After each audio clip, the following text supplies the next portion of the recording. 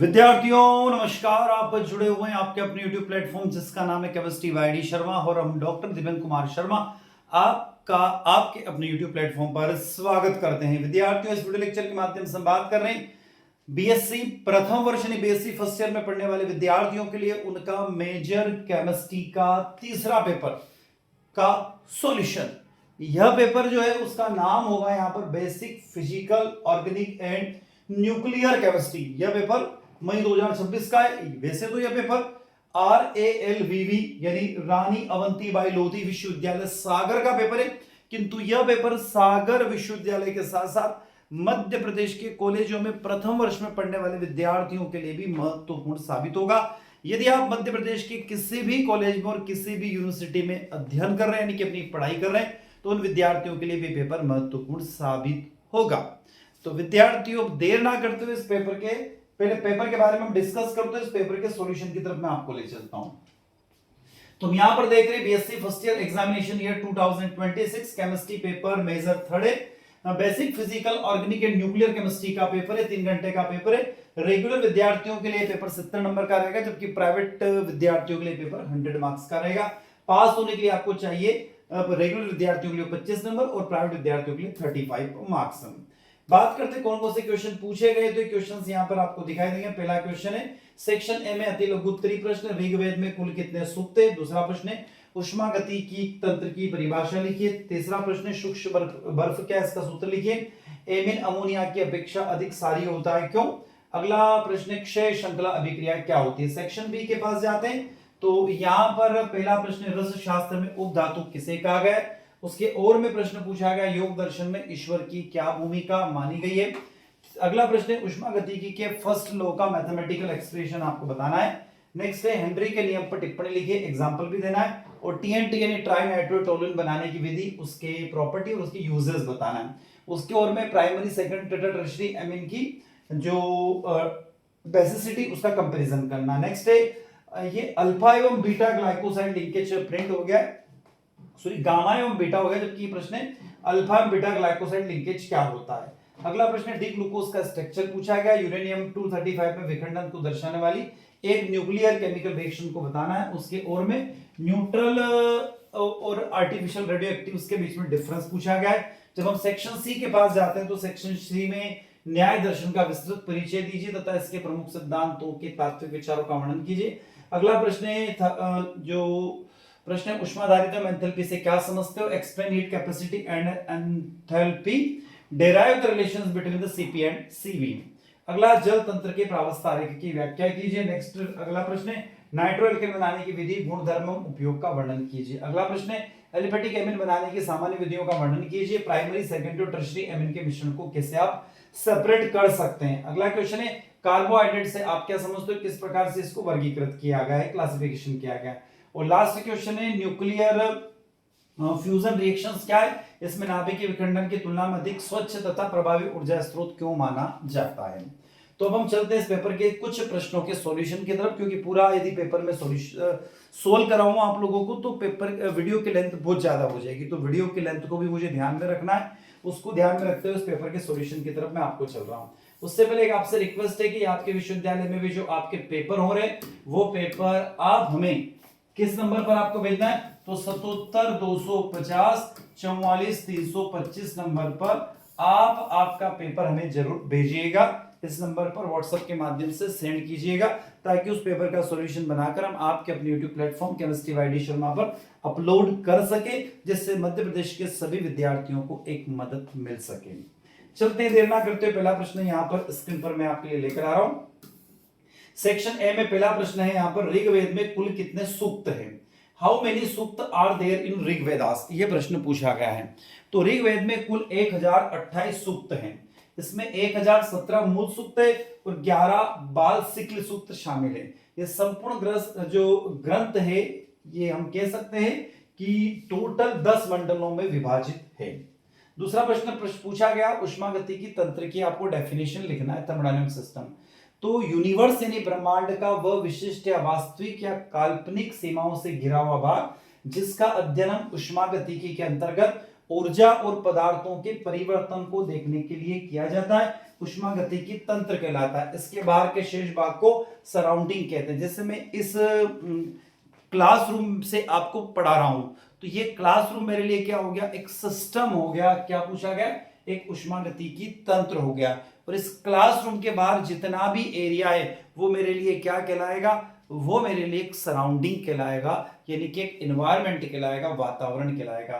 तो उष्मागतिकी तंत्र क्या होता है, उष्मागतिकी तंत्र वह सिस्टम या वह तंत्र होता है जिसे हम हमारे अध्ययन के लिए, हमारी स्टडी के लिए चुनाव करते हैं, उसे हम थर्मोडायनामिक सिस्टम कहते हैं।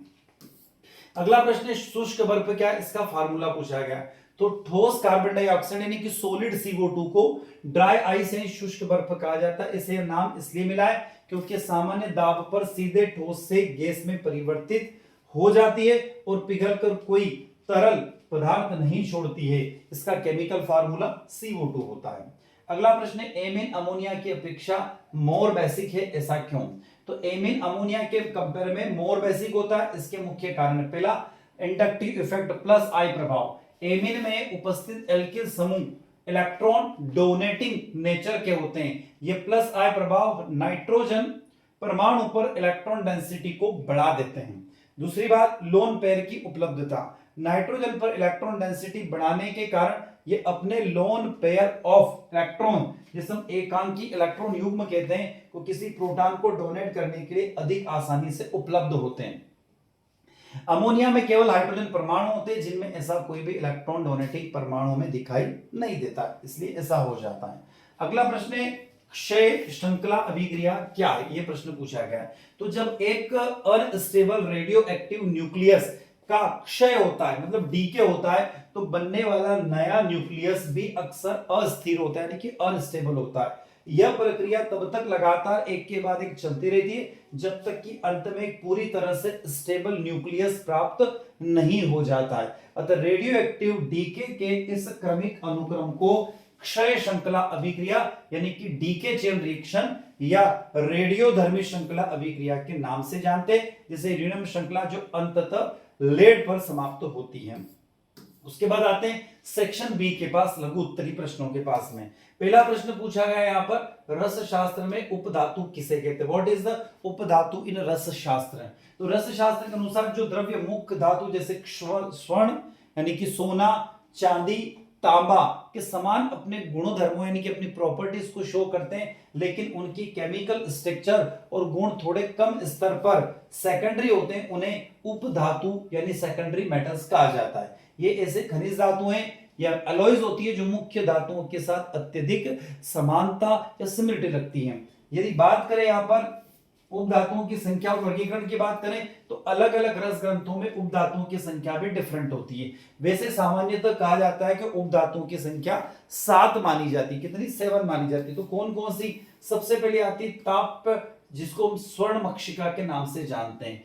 आधुनिक नाम इसका कॉपर पाइराइड हो जाता है, ध्यान रखिएगा। उसके बाद सेकंड आती है विमल, जिसको हम आयरन पाइराइड कहते हैं। तीसरा आता है सस्यक, जिसको कॉपर सल्फेट कहते हैं। चौथा आता है कांस्य, जिसको हम ब्रॉन्ज यानी कि तांबे और टीन का मिश्रण बोलते हैं। अगला पीतल, जिसको ब्रॉन्ज बोलते हैं, जो तांबा और जस्ते का मिश्रण होता है। उसको सिंदूर, जिसको हम रेड लेड के नाम से जानते हैं, यानी रेड लेड ऑक्साइड नाम से जानते हैं। और लास्ट होता है इसके अंदर शिलाजित, जिसको ब्लैक बिटुमिन के नाम से जाना जाता है। इसके और में प्रश्न पूछा गया था, योग दर्शन में ईश्वर की क्या भूमिका मानी गई है। तो महर्षि पतंजलि द्वारा रचित योग दर्शन में ईश्वर की अवधारणा अन्य भारतीय दर्शनों जैसे वेदांत या न्याय दर्शन की तुलना में थोड़ी डिफरेंट है, स्पेशल है, विशिष्ट है और व्यावहारिक है। योग दर्शन एक ईश्वर सहित सांख्य दर्शन है जहां ईश्वर को सृष्टि का रचिता यानी सृष्टि को बनाने वाला माना गया है, जबकि आगे देखें तो रचिता या संहारक मानने के बजाय साधना के एक सर्वोच्च माध्यम और मार्गदर्शक के रूप में भी देखा जाता है। योग दर्शन में ईश्वर की भूमिका मुख्य रूप से दी गई है। पहला, ईश्वर का स्वरूप, द डेफिनेशन ऑफ ईश्वर यानी विशेष पुरुष। पतंजलि के समाधि पाद के 24वें सूत्र में ईश्वर को परिभाषित करते हुए लिखा गया है, क्लेश कर्म विपाका क्षैर्य परामृष्ट पुरुष विशेष ईश्वर। अर्थात अविद्या आदि क्लेश, शुभ अशुभ कर्म, कर्मों के फल और उनके संस्कारों के आशय से जो सर्वदा अछूता है वह पुरुष विशेष ही ईश्वर कहलाता है। योग दर्शन के अनुसार हम सभी पुरुष यानी जीवात्मा है, लेकिन हम बंधनों में बंधे हुए हैं। अतः ईश्वर वह पुरुष है जो कभी बंधनों में नहीं बंधता और ना ही कभी बंधनों और ना कभी होगा। वह हमेशा फ्री होता है, मुक्त होता है। सेकंड पॉइंट है साधना का सुगम मार्ग, जिसको हम ईश्वर प्राणिधान बोलते हैं। तो योग दर्शन में मोक्ष या समाधि प्राप्त करने के लिए कठिन मार्ग बताए गए हैं, लेकिन पतंजलि ने ईश्वर की सबसे बड़ी भूमिका एक सुगम माध्यम के रूप में बताई है। इसको हम ईश्वर प्राणी ध्यान द्वा कहा जाता है। ईश्वर के प्रति पूर्ण समर्पण करने में भी समाधि की सिद्धि बहुत शीघ्र हो जाती है। जब साधक अपना सब कुछ ईश्वर को सौंप देता है तो ईश्वर की अनुग्रह से उसकी चित्त की वृत्तियां शांत हो जाती है और उसे समाधि की प्राप्त होती है। अगला पॉइंट है आदि काल का गुरु। योग दर्शन में ईश्वर को सृष्टि बनाने वाला नहीं बल्कि ज्ञान का आदि स्रोत माना गया है। अतः स एष पूर्वश्मपि गुरु काल नेना नवच्छेद दातः। अतः वह काल की सीमाओं से परे, इसलिए वह सृष्टियों के आदि में होने वाले ब्रह्मा वशिष्ठ आदि प्राचीन गुरुओं का भी परम गुरु है। अतः समस्त ज्ञान और विवेक का बीज उसमें पूर्ण रूप से विद्यमान है। अगला है वाचक नाम, जिसे ओम का नाम भी हम लोग कहते हैं। ईश्वर को याद करना और उससे जुड़ने के लिए योग दर्शन में प्रणव और उसका प्रतीक माना गया है, अर्थात तस्य वाचक प्रणव तज्ज पस्य दृश्य भावनम। उस ईश्वर का बोधक नाम ओम है। साधक को इस ओम का जप उसके अर्थ का चिंतन करते हुए करना चाहिए। ऐसा करने से अंतरात्मा का ज्ञान होता है और साधना मार्ग की बाधाएं दूर होती है। अगला है बाधाओं का नाश करने वाला। साधना के मार्ग में आने वाले विघ्न जैसे रोग, मानसिक जड़ता, संचय, आलस्य और भटकाव आदि को योग के अंतरात्मा कहा गया है। अतः पतंजलि कहते हैं कि ईश्वर की भक्ति और ओम के जप से ये सभी मानसिक और शारीरिक बाधाएं स्वतः समाप्त हो जाती है और चेतना अंतर्मुखी हो जाती है। अतः योग दर्शन में ईश्वर कोई ऐसा शासक नहीं है जो पुरस्कार या दंड देता है, वह सच्चिदानंद स्वरूप सर्वज्ञ परम मुक्त सत्ता है। अतः साधना में उसकी भूमिका एक कैटलिस्ट जैसी है। वह साधक के पुरुषार्थ को गति देता है और चित्त को एकाग्र करने के लिए आदर्श का कार्य करता है। अगला प्रश्न है उष्मागतिकी का प्रथम नियम और उसका मैथमेटिकल एक्सप्रेशन। तो फर्स्ट लॉ यदि आप देखें थर्मोडायनामिक्स का, तो वो क्या है, ऊर्जा संरक्षण का यानी law of conservation of energy का लॉ है। इसके अनुसार ऊर्जा को ना तो आप उत्पन्न कर सकते हैं और ना ही नष्ट कर सकते हो, आप केवल एक फॉर्म से यानी एक रूप से दूसरे रूप में परिवर्तित कर सकते हैं। अतः यदि हम किसी क्लोज सिस्टम यानी बंद निकाय की बात करें तो इसके लिए मैथमेटिकल एक्सप्रेशन कुछ इस तरीके से दिया हुआ है। माना कि किसी उष्मागतिकी तंत्र यानी सिस्टम की इनिशियल एनर्जी U1 है, इससे तंत्र से बाहर से उष्मा दी जाती है तो इसकी एनर्जी इसकी उष्मा जो होती है हीट वो Q हो जाती है। तो तंत्र द्वारा परिवेश पर किया गया कार्य नहीं कि तंत्र जो वर्ग करता हो क्या हो जाता है W। अतः उष्मा का अवशोषण के बाद कुल ऊर्जा जब U1 इंटरनल एनर्जी वाले तंत्र को Q हीट दी जाती है तो तंत्र की कुल ऊर्जा बढ़कर U1 प्लस Q हो जाती है। अतः इस उष्मा का कुछ भाग तंत्र द्वारा कार्य करने में खर्च हो जाता है। अतः कार्य होने के बाद शेष आंतरिक ऊर्जा को हम U2 से रिप्रेजेंट करते हैं। अर्थात ऊर्जा के संरक्षण सिद्धांत के अनुसार U2 equal to U1 plus Q minus W। अतः ये दोनों सेम क्वांटिटी है तो इसको हम इधर ले जाएंगे तो U2 minus U1 equal to Q minus W हो जाएगा। चूंकि आंतरिक ऊर्जा परिवर्तन del U होता है तो del U equal to Q minus W, यानी इसकी जगह हमने del U लिख दिया और इसको माइनस लेके प्लस भी लिख सकते हैं। ऐसा इसलिए होता है क्योंकि यदि तंत्र में होने वाला परिवर्तन अत्यधिक सूक्ष्म हो तो इस समीकरण को अवकल फॉर्म में भी लिखा जा सकता है, differentiation of Q equal to differentiation of Q plus dW। Clear है? तो ये आपका उष्मागतिकी का प्रथम नियम का गणितीय व्यंजक हो गया। अगला प्रश्न है हेस के नियम पर टिप्पणी लिखिए और उदाहरण भी दीजिए। तो हेस का स्थिर उष्मा संकलन का नियम क्या कहता है? तो उष्मा रसायन का एक अत्यंत महत्वपूर्ण नियम है। इस नियम का प्रतिपादन वैज्ञानिक जर्मन हेनरी हेस ने 1840 में किया था। यह नियम वास्तव में ऊर्जा संरक्षण के नियम यानी कि उष्मागतिकी के प्रथम नियम पर आधारित है। यह नियम क्या कहता है? यदि कोई भी रासायनिक परिवर्तन दो या दो से अधिक या विभिन्न विधियों द्वारा एक या अनेक पदों में व्यक्त किया जाए तो संपूर्ण परिवर्तन में उत्सर्जित या अवशोषित ऊष्मा का मान हमेशा समान रहता है, चाहे वह परिवर्तन किसी भी विधि से या कितने भी पदों में पूरा किया गया हो। अर्थात सरल शब्दों में कहें तो किसी रासायनिक अभिक्रिया का कुल एंथैल्पी परिवर्तन केवल उसकी प्रारंभिक और अंतिम अवस्थाओं पर डिपेंड करती है, इस बात पर नहीं कि अभिक्रिया का मार्ग क्या है। अतः गणितीय स्पष्टीकरण देखें, माना कि एक रिएक्टेंट आपके पास ए है, वो सीधे प्रोडक्ट Z में कन्वर्ट होता है, तो इसमें जो एंथैल्पी चेंज है उसको हम डेल एच से रिप्रेजेंट करते हैं। अब मान लीजिए कि यही परिवर्तन आप अन्य मार्ग से करें, आपने A से B में परिवर्तन किया डेल H1, B से C में परिवर्तन किया डेल H2 और C को Z में परिवर्तन किया तो डेल H3।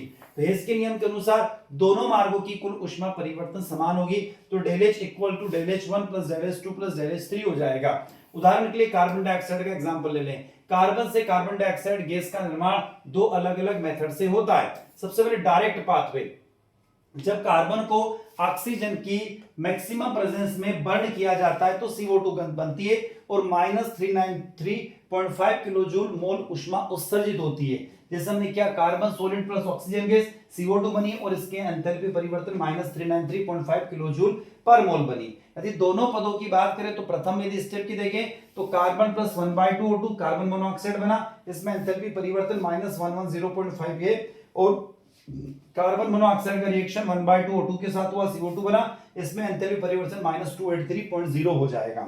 अतः टोटल योग क्या होगा, C प्लस O2 CO2 बना, तो del H equal to del H1 plus del H2 हो जाएगा। अतः 110.5 और -283.0 को जोड़ें तो ये आपका वैल्यू आएगी। मतलब एक स्टेप में कोई रिएक्शन करें या एक से अधिक स्टेप में करें, उसमें होने वाला ऊष्मा परिवर्तन का मान हमेशा समान होता है। अगला प्रश्न है टीएनटी क्या है, यानी ट्राइनाइट्रोटोलुएन के ऊपर प्रश्न पूछा गया है और इसके गुणों उपयोग की बात की गई है। तो टीएनटी का पूरा नाम ट्राइनाइट्रोटोलुएन है, एक अत्यंत प्रसिद्ध और शक्तिशाली कार्बनिक विस्फोट है। टीएनटी बनाने की प्रयोगशाला विधि देखें तो टोलुइन यानी C6H5CH3 को कंसंट्रेटेड सल्फ्यूरिक एसिड यानी H2SO4 की उपस्थिति में शांत नाइट्रिक अम्ल के साथ गर्म करने पर ट्राइनाइट्रोटोलुएन प्राप्त होता है। यह अभिक्रिया हम यहाँ पर देखते हैं, जैसे हमने लिखा HNO3 plus H2SO4 NO2 plus HSO4 plus H2O बन गया। इसके साथ यदि आपने NO2 का रिएक्शन किया तो ट्राइनाइट्रोटोलुएन बन गया। यदि देखें तो सर्वप्रथम टोलुएन की क्रिया कम ताप पर नाइट्रिक एसिड और H2SO4 के मिश्रण से कराने पर मोनोनाइट्रोटोलुएन बनता है और ताप बढ़ाने पर यह डाइनाइट्रोटोलुएन में कन्वर्ट हो जाता है। अंत में लगभग 100 डिग्री सेंटीग्रेड से अधिक ताप पर उबालने पर सल्फ्यूरिक एसिड की प्रेजेंस में 2,4,6 ट्राइनाइट्रोटोलुएन प्राप्त होता है, जिसे हम टीएनटी कहते हैं। इसकी फिजिकल प्रॉपर्टी क्या है, तो ये हल्के पीले रंग का एक सॉलिड क्रिस्टलाइन सब्सटेंस है। इसका गलनांक लगभग 80.8 डिग्री सेंटीग्रेड होता है। यह वाटर में इंसोल्यूबल होता है, परंतु ईथर, अल्कोहल और बेंजीन जैसे कार्बनिक विलायकों में इजीली सोल्यूबल हो जाता है। केमिकल प्रॉपर्टी की बात करें, स्टेबिलिटी के तो यह सामान्य ताप और शॉक्स के प्रति काफी सुरक्षित और स्थायी होता है। इसे बिना विस्फोट के आसानी से पिघलाया जा सकता है। विस्फोटक प्रकृति, जब इसे डिटोनेटर की सहायता से उच्च गति को जब झटका या तीव्र ऊष्मा दी जाती है तो इसका अत्यंत तीव्र गति से अपघटन होता है और भारी मात्रा में गैस जैसे CO, N2, H2 तथा ऊष्मा उत्पन्न होती है। इसके यूजेस क्या है, तो सैन्य विस्फोटक के रूप में इसका मुख्य उपयोग सेना द्वारा बम, टारिपेडो, ग्रेनेड और गोलियों शेल्स भरने का एक मुख्य विस्फोटक के रूप में किया जाता है। औद्योगिक और खनन कार्यों में पहाड़ों को तोड़ने, सुरंगें बनाने में और खदानों के में चट्टानों को उड़ाने के लिए इसका व्यापक उपयोग होता है। उसके बाद एमेटोल के निर्माण में भी इसका इस्तेमाल किया जाता है। अगला प्रश्न आता है प्राइमरी, सेकेंडरी और टर्शरी एमीन की जो स्टेबिलिटी होती है, सॉरी उसकी बेसिक जो नेचर होता है, रिलेटिव बेसिक प्रॉपर्टी यानी कि क्षारीय प्रकृति की तुलना हमें करना है। तो एलिफेटिक एमीन की क्षारीय प्रकृति यानी बेसिक कैरेक्टर नाइट्रो परमाणु पर उपस्थित लोन पेयर ऑफ इलेक्ट्रॉन यानी एकांक इलेक्ट्रॉन के कारण होती है। यह लोन पेयर जितनी आसानी से प्रोटॉन को डोनेट किए जाएंगे उसका बेसिक कैरेक्टर उतना ही ज्यादा होता है। सबसे पहले बात करें तो प्राइमरी, सेकेंडरी और टर्शरी एमिनो की रिलेटिव बेसिसिटी केवल एक कारक पर डिपेंड नहीं करती बल्कि ये तीन अलग अलग फैक्टर्स पर डिपेंड करती है। सबसे पहला प्लस आई इफेक्ट, दूसरा स्टेरिक इफेक्ट और तीसरा सॉल्वेशन इफेक्ट। इन तीनों कारकों के आधार पर गैसीय अवस्था और जलीय विलयन में इनकी जो बेसिसिटी यानी कि क्षारीयता होती है उसका क्रम डिफरेंट हो सकता है। जैसे गैसीय प्रावस्था की बात करें तो गैसीय अवस्था में सॉल्वेशन या त्रिवी मादा का कोई प्रभाव नहीं होता, यह केवल प्लस आई प्रभाव का कार्य करता है। एल्किल समूह यानी आर ग्रुप जो होता है इलेक्ट्रॉन डोनर होता है। अतः प्राथमिक एमीन में एक एल्काइल ग्रुप, सेकेंडरी में 2 और टर्शरी में 3 एल्किल समूह होते हैं। जैसे जैसे एल्किल समूह की आप नंबर्स बढ़ाएंगे तो नाइट्रोजन पर इलेक्ट्रॉन डेंसिटी बढ़ती जाती है और लोन पेयर डोनेट करने की क्षमता भी बढ़ जाती है। गैसीय अवस्था में क्षारीयता का क्रम क्या होगा? तो तृतीयक सबसे ज्यादा क्षारीय होगा, उससे कम द्वितीयक, उससे कम प्राथमिक और सबसे कम अमोनिया होगा। जलीय विलयन में क्षारीयता का क्रम देखें तो जलीय विलयन में तीनों प्रभाव एक साथ काम करते हैं, जिसके कारण क्रम बदलता जाता है। और तीनों प्रभाव को समझे।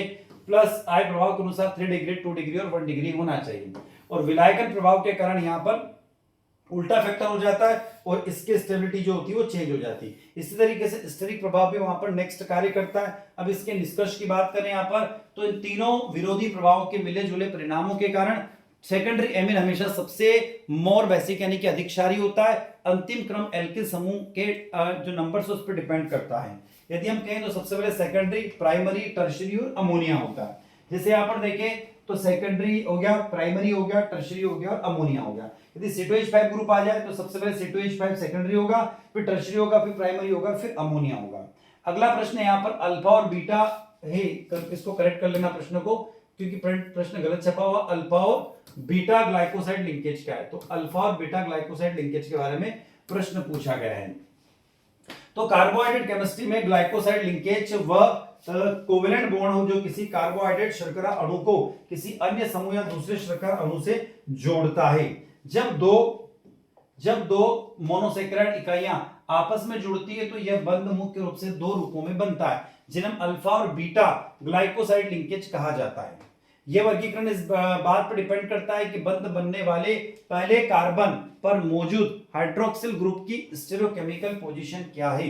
अब बात करते हैं अल्फा ग्लाइकोसाइड लिंकेज की। तो जब पहले मोनोसैकेराइड अणु के एनोमेरिक कार्बन यानी C1 पर उपस्थित OH समूह रिंग के तल के नीचे की ओर स्थित हो और वह दूसरे अणु के साथ बंध बनाता हो तो उसे अल्फा ग्लाइकोसाइड लिंकेज कहते हैं। इसमें बंध नीचे और झुका होता है, ध्यान रखिएगा। एग्जाम्पल माल्टोज, इसमें 2 ग्लूकोज इकाइयां अल्फा 1,4 ग्लाइकोसाइड लिंकेज द्वारा जुड़ी होती है। स्टार्च और ग्लाइकोजन में भी इसी तरह की लिंकेज देखने को मिलती है। बीटा की बात करें तो जब पहले मोनोसैकेराइड अणु में के एनोमर कार्बन यानी पहला कार्बन पर उपस्थित OH समूह रिंग के तल में ऊपर की तरफ और स्थित और वह दूसरे अणु को बंध बनाता है तो बीटा ग्लाइकोसाइड लिंकेज कहते हैं। इसका उदाहरण है सेलोबायोस, सेल्यूलोज और लैक्टोज, इसका एग्जांपल है। उसके बाद आपसे डी ग्लूकोज की संरचना के बारे में पूछा गया, तो डी ग्लूकोज की संरचना ये बनी हुई है। वैसे हमने एल ग्लूकोज की संरचना भी आपको बता दी, और डी ग्लूकोज की संरचना आपको बनाना है।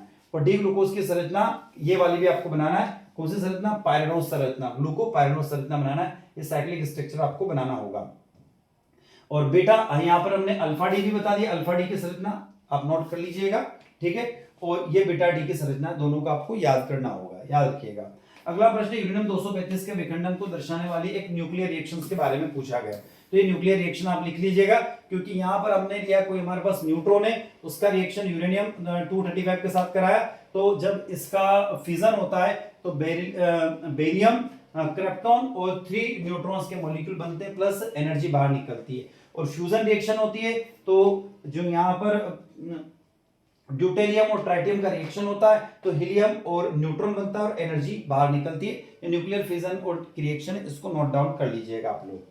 इसके और में आया था प्राकृतिक और कृत्रिम रेडियोधर्मिता में डिफरेंस पूछा गया ना, right difference between the natural and artificial radio activity.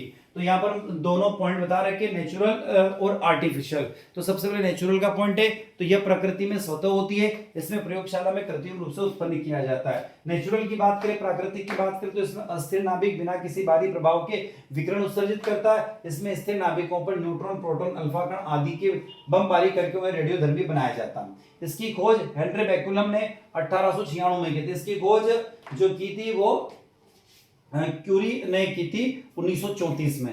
यह मुख्यतः भारी तत्वों जैसे यूरेनियम, थोरियम और रेडियम में पाई जाती है। इसमें अनेक स्थिर तत्वों में कृत्रिम रूप से उत्पन्न किया जा सकता है। इसकी दर बाहरी परिस्थितियों पर डिपेंड करती, अप्रभावित होती है और ये डिपेंड करती है। ये प्राकृतिक रूप से निरंतर होती है और ये केवल तब होती है जब उपयुक्त नाभिक अभिक्रिया कराई जाए। अब आ जाते हैं लोग सेक्शन सी में। यहाँ पर 15 नंबर का एक प्रश्न आपसे पूछा गया है। पहला प्रश्न है, न्याय दर्शन का विस्तृत परिचय दीजिए तथा इसके प्रमुख सिद्धांतों का तात्विक विवेचना का वर्णन कीजिए। तो न्याय दर्शन भारतीय दर्शन के 6 आस्तिक वैदिक दर्शनों में से एक प्रमुख दर्शन है। यह मुख्य रूप से तर्क, प्रमाण, ज्ञान और सत्य की खोज पर आधारित है। न्याय दर्शन का उद्देश्य मनुष्य को सही ज्ञान प्राप्त कराकर अज्ञान से मुक्त कराना तथा अंततः मोक्ष की प्राप्ति कराना है। इस दर्शन के प्रवर्तक महर्षि गौतम यानी अक्षपाद गौतम भी माने जाते हैं। किसके? न्याय दर्शन के, जिन्होंने न्याय सूत्र की रचना की। न्याय दर्शन का अर्थ है युक्ति संगत विचार, तर्क और प्रमाण के आधार पर सत्य का निर्णय करना। यह दर्शन बताता है कि किसी भी वस्तु या तथ्य का ज्ञान तभी स्वीकार किया जाना चाहिए जब वह प्रमाणों द्वारा सिद्ध हो। न्याय दर्शन भारतीय तर्कशास्त्र का आधार माना जाता है। यह ज्ञान मीमांसा के क्षेत्र में इसका महत्वपूर्ण स्थान है। न्याय दर्शन के कुछ प्रमुख सिद्धांत है। पहला, ज्ञान का सिद्धांत। न्याय दर्शन के अनुसार यथार्थ ज्ञान प्राप्त करने के लिए 4 प्रमुख प्रमाण हैं। सबसे पहले प्रत्यक्ष, अनुमान, उपमान और शब्द। प्रत्यक्ष क्या होता है? इंद्रियों द्वारा प्राप्त ज्ञान। अनुमान क्या होता है? तर्क के आधार पर प्राप्त ज्ञान। उपमान क्या होता है? तुलना या समानता के आधार पर प्राप्त ज्ञान। और शब्द क्या होता है? विश्वसनीय व्यक्ति अथवा वेदों के वचनों से प्राप्त ज्ञान। उसके बाद आता प्रमेय सिद्धांत। न्याय दर्शन में 12 प्रमेयों का वर्णन मिलता है, जिन्हें आत्मा, शरीर, इंद्रिया, मन, बुद्धि, प्रवृत्ति, दोष, पुनर्जन्म, फल, दुख और मोक्ष कहा गया है। इनका यथार्थ ज्ञान ही मोक्ष साधना माना जाता है। तीसरा आता है कारण कार्य सिद्धांत। न्याय दर्शन के अनुसार प्रत्येक कार्य का कोई ना कोई कारण अवश्य होता है। बिना कारण के कोई भी कार्य उत्पन्न नहीं हो सकता। कारण और कार्य का संबंध तर्क और अनुभव सिद्ध किया जाता है। उसके बाद आता है चौथा पॉइंट, ईश्वर सिद्धांत। न्याय दर्शन ईश्वर को जगत का सर्वज्ञ, सर्वशक्तिमान तथा जगत का नियामक मानता है। ईश्वर जगत का निमित्त कारक है और कर्मों के अनुसार जीवों को फल प्रदान करता है। आत्मा का सिद्धांत क्या कहता है? तो न्याय दर्शन के अनुसार आत्मा नित्य, शाश्वत और चेतन तत्व। प्रत्येक जीव में आत्मा विद्यमान है। सुख, दुख, इच्छा, द्वेष तथा ज्ञान आदि आत्मा के गुण हैं। अगला आता है मोक्ष का सिद्धांत। न्याय दर्शन के अनुसार अज्ञानी दुख का मूल कारण है। प्रमाणों द्वारा सत्य ज्ञान प्राप्त करके मनुष्य जन्म मरण के बंधनों से मुक्त होकर मोक्ष प्राप्त करता है। मोक्ष की अवस्था में सभी प्रकार के दुखों को पूर्ण अभाव होता है। न्याय दर्शन के तात्विक विचार थे। सबसे पहले यथार्थवाद। बाह्य जगत का वास्तविक अस्तित्व स्वीकार किया जाता है। आत्मा की अस्तित्व की बात, आत्मा को नित्य स्वतंत्र माना गया है। ईश्वर का अस्तित्व, ईश्वर जगत का नियामक और कर्म फल दाता है। कर्म सिद्धांत, प्रत्येक कर्म का फल अवश्य मिलता है। पुनर्जन्म, कर्मों के अनुसार जीव का पुनर्जन्म होता है। तर्क और विवेक का महत्व, सत्य की प्राप्ति के लिए तर्क और प्रमाण का आवश्यक है। मोक्ष, यथार्थ ज्ञान के द्वारा अज्ञान का नाश होकर मोक्ष की प्राप्ति होती है। अगला आता है उष्मागतिकी एवं एंथैल्पी से आप क्या समझते हो? आदर्श गैस के लिए सीपी और सीवी का संबंध आप स्थापित कीजिएगा। बहुत अच्छा सा डेरिवेशन इसको कर लीजिएगा। वाटर सिस्टम का आरेख जो होता है वो वन कंपोनेंट सिस्टम है। जल जो तंत्र, जल तंत्र के एक घटक तंत्र, ध्यान रखना एक घटक तंत्र। इसको बड़ा सरल सा ग्राफ बना के इसको सॉल्व कर लीजिएगा आप। उसके बाद नाइट्रो एल्केन बनाने की विधियां, गुणधर्म और उपयोग आप आसानी से लिख सकते हो। अगला प्रश्न आता है एलिफेटिक एमीन बनाने की सामान्य विधियों का वर्णन कीजिए। प्राथमिक, द्वितीयक और तृतीयक एमीन के मिश्रण को कैसे पृथक करेंगे। और लास्ट प्रश्न है कार्बोहाइड्रेट से आप क्या समझते हो? जो कार्बन, नाइट्रोजन, ऑक्सीजन से मिलकर बनते हैं उसे कार्बोहाइड्रेट कहते हैं। इसे कितने भागों में वर्गीकृत किया गया है? तो 3 भागों में, मोनोसेकेराइड, ओलिगोसेकेराइड और पॉलीसेकेराइड में डिस्ट्रीब्यूट किया गया है। इसको भी कर लीजिएगा। और लास्ट प्रश्न, नाभिक के संलयन क्या होता है? ऐसे नाभिक की विखंडन की तुलना में अधिक स्वच्छ तथा प्रभावी ऊर्जा स्रोत क्यों माना जाता है? तो विद्यार्थियों, इन्हीं प्रश्नों के साथ हम आपसे विदा लेते हैं। आई होप वीडियो लेक्चर आप लोगों को अच्छा लगा होगा। अच्छा लगता है तो वीडियो को लाइक कीजिएगा, आपके क्लासमेट तक वीडियो को शेयर कीजिएगा, कमेंट बॉक्स में कमेंट जरूर बताइएगा। और आप हमने जो नंबर बताया उस नंबर पर आप हमें पेपर जरूर व्हाट्सअप कीजिएगा। इसी के साथ हम डॉक्टर दिपेंद्र कुमार शर्मा आपसे विदा लेते हैं। नए वीडियो के साथ पुनः आपसे मुलाकात होगी। तब तक जय हिंद, जय भारत।